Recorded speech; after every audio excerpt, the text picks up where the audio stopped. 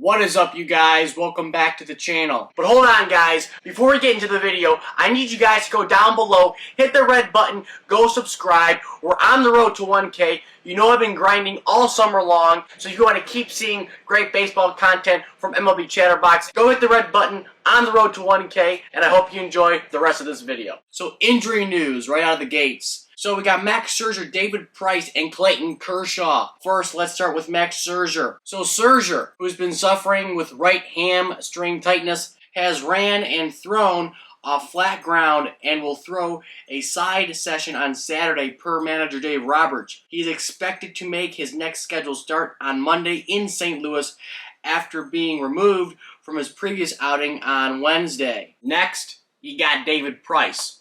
Price, who was scratched from his scheduled start on Friday with arm soreness, could require an IL stint again, but the injury is not believed to be serious. Another pitcher for the Dodgers, a left-handed pitcher, Mr. Sandy Koufax 2.0, Clayton Kershaw, left forearm inflammation. That's what he has. He threw a 2-inning simulation game on Friday and is expected to throw a bullpen session on Sunday. If all goes well, he would begin a rehab assignment early next week and could rejoin the Dodgers soon. What does soon mean? 2 weeks? 3 weeks? We don't know, but those are the injury updates regarding the Los Angeles Dodgers pitching staff. Speaking of injuries, we got Brandon Nimmo. Yeah, he suffered a hamstring injury today against the Nationals in Washington, running the base pass. It says this: Nimmo tweaked his hamstring while hustling around the bases on a routine ground ball during Game 1 of the Mets doubleheader against the Nationals on September the 4th. The Mets did not immediately know the severity of the injury or how much time it might force Nimmo to miss. For as long as Nimmo is sidelined, the Mets can rely on Kevin Pillar and Albert Almora Jr. to man center field. Now again, that was the original report. Time goes on, we get more updates, and here's the latest on Nimmo and the hamstring. Between games of a doubleheader, the Mets placed Nimmo on the 10-day injured list with a strained right hamstring, recalling infielder Travis Beckenhorn to take the roster spot. So again, like I said, they got Albert Almora Jr., they got Pillar. Of course, Pillar, not what he used to be, but he still got the speed. He has a nasty glove out there in center, and wherever you place him. So I assume Pillar is going to play center field, or they'll probably switch out Pillar and Albert Almora Jr., but regardless, 10-day on the injured list for the Mets. They have a plethora of guys on the injured list. I just saw an update. I mean, it looked like a whole baseball team was on the injured list. I mean, it's ridiculous, and they're all at the major league level according to the article. So this is just ridiculous for the Mets. It sucks that Nimmo's on the IL, but again, Nimmo is a small part of the Mets' bigger problem when it comes to guys being injured. And again, when it comes to Nimmo, a quick side note, I mean, he's pretty damn valuable for the Mets. This season, a .302 batting average, 5 home runs, 23 RBIs. If you're a Mets fan and you watch Mets games, you know Nimmo is very, very valuable, and the numbers don't always speak for themselves. And in this case, I think Nimmo in the Mets lineup as a presence creates more value and is more valuable to the Mets than what the numbers show on paper. That's all I'm saying. So I don't know if you guys saw this, but Wander Franco, the Rays, extended his on-base streak against the Twinkies with a line drive up the middle. And that RBI single allowed Wander Franco to pass Archie Vaughn's 33-game on-base streak from July 12th to August 10th, 1932. He was a part of the Pirates. And New York Giants Mel Ott was also a 33 on-base streak, which spanned from August 24th to October 6th, 1929. By the way,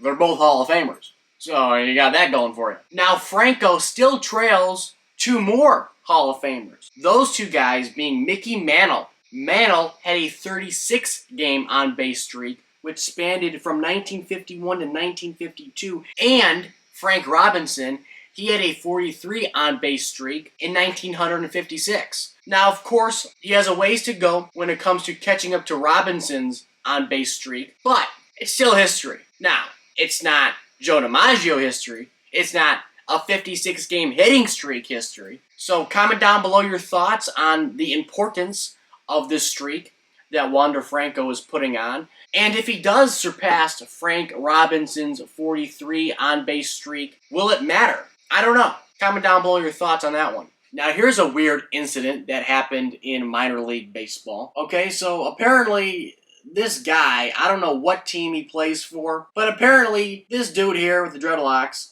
he hit a home run. Okay, and he's chirping, rounding second base. Second baseman points at him, says something to him, and then the second baseman ends up running towards the base runner, the guy at the home run, number 18 there, and like they're ready to square up. And again, he's mid-trot. This guy's mid-trot on a home run. This guy did not care. He took off his helmet, whipped it at this guy's chest, and then the dude with the red bandana ends up like backing off, and he ends up being the back of the pile, which is just like, really, dude? You're like the jerk who started this stupid brawl. I mean, I assume it was you because you're the one who's chirping. I mean, what are you, bragging at a home run? I mean, for God's sakes, you're in the minor leagues. You're in frickin' probably single A. It don't matter. No one cares. But this guy's chirping thinking he's Babe Ruth hitting a home run. And then he, is like a wuss, and he ends up like backing off, and where's he at? He's in the back of the pack. While his teammates go ham with the other team, and this guy's chilling in the background. Like, what the heck? And then, he's fake punching everybody, hits a cameraman there. Poor camera guy, that sucks. I mean, look at number 18, he's way in the back, you can see him. And he's getting pushed off by his coach. Yeah, chill out, man, chill out. This is what I don't like. If you start a fight, or you're one of the two guys who are arguing that started the fight, like, man up and just go for it. Like don't back off like this guy did. This guy's like a wuss, in my opinion. I mean, he ends up throwing his helmet at the guy, and then he ends up like taking like 20 steps back, and then he's like, hold me off, man, hold me. I hate that hold me off crap. If you are a professional athlete and you're really ticked off and you really want to fight somebody, honestly, take the helmet off and square up. Like, do it. Like, are you gonna hit the guy or no? That's what I don't like, but that was a weird thing I saw that happened in minor league baseball. And the last thing I wanted to mention is that the Yankees almost got no hit by the Orioles yesterday. Yeah, they went all the way to the bottom of the 7th inning before they got a hit. And the way they got a hit was via Gleyber Torres. It was on a 3-2 pitch, a ground ball up the middle. The second baseman kind of bobbled it, tried to backhand it. The run scored. He tried to backhand the ball, just could not do it. He booted it. Again, they ruled this a hit, apparently. To me, I don't know how the heck you rule that a hit. It looked like an error to me. I mean, it booted off the glove, but I don't know. Comment down below if you guys think that was a hit or an error. And then later in the game, with the score being 3-1 Orioles, Joey Gallo, he tied things up after lacing a line-drive bullet into the right field stands to tie things up 3-3 for the Yankees. So after that quote-unquote hit by Gleyber Torres, the Yankees kind of woke up a little bit. They tied the game, but unfortunately that wasn't enough for the Yankees to get past the O's. And oddly enough, Gleyber Torres was the last out of the game as he struck out on a 2-2 pitch slider away. Orioles won 4-3. As you can see, that kid right there is really ticked off. He wasn't happy. So in spite of the Yankees avoiding the no-hitter, they did lose by the score of 4-3 to the Orioles, which really sucks, and let's be frank, that's an embarrassment for the Yankees. That's all I got for today's video. Like, comment, and subscribe. Comment down below your thoughts of this video. Hope you guys enjoyed. Tell your friends about these videos and my channel. I would appreciate it. On the road to 1K. We'll be grinding all summer long, and I'll catch you later.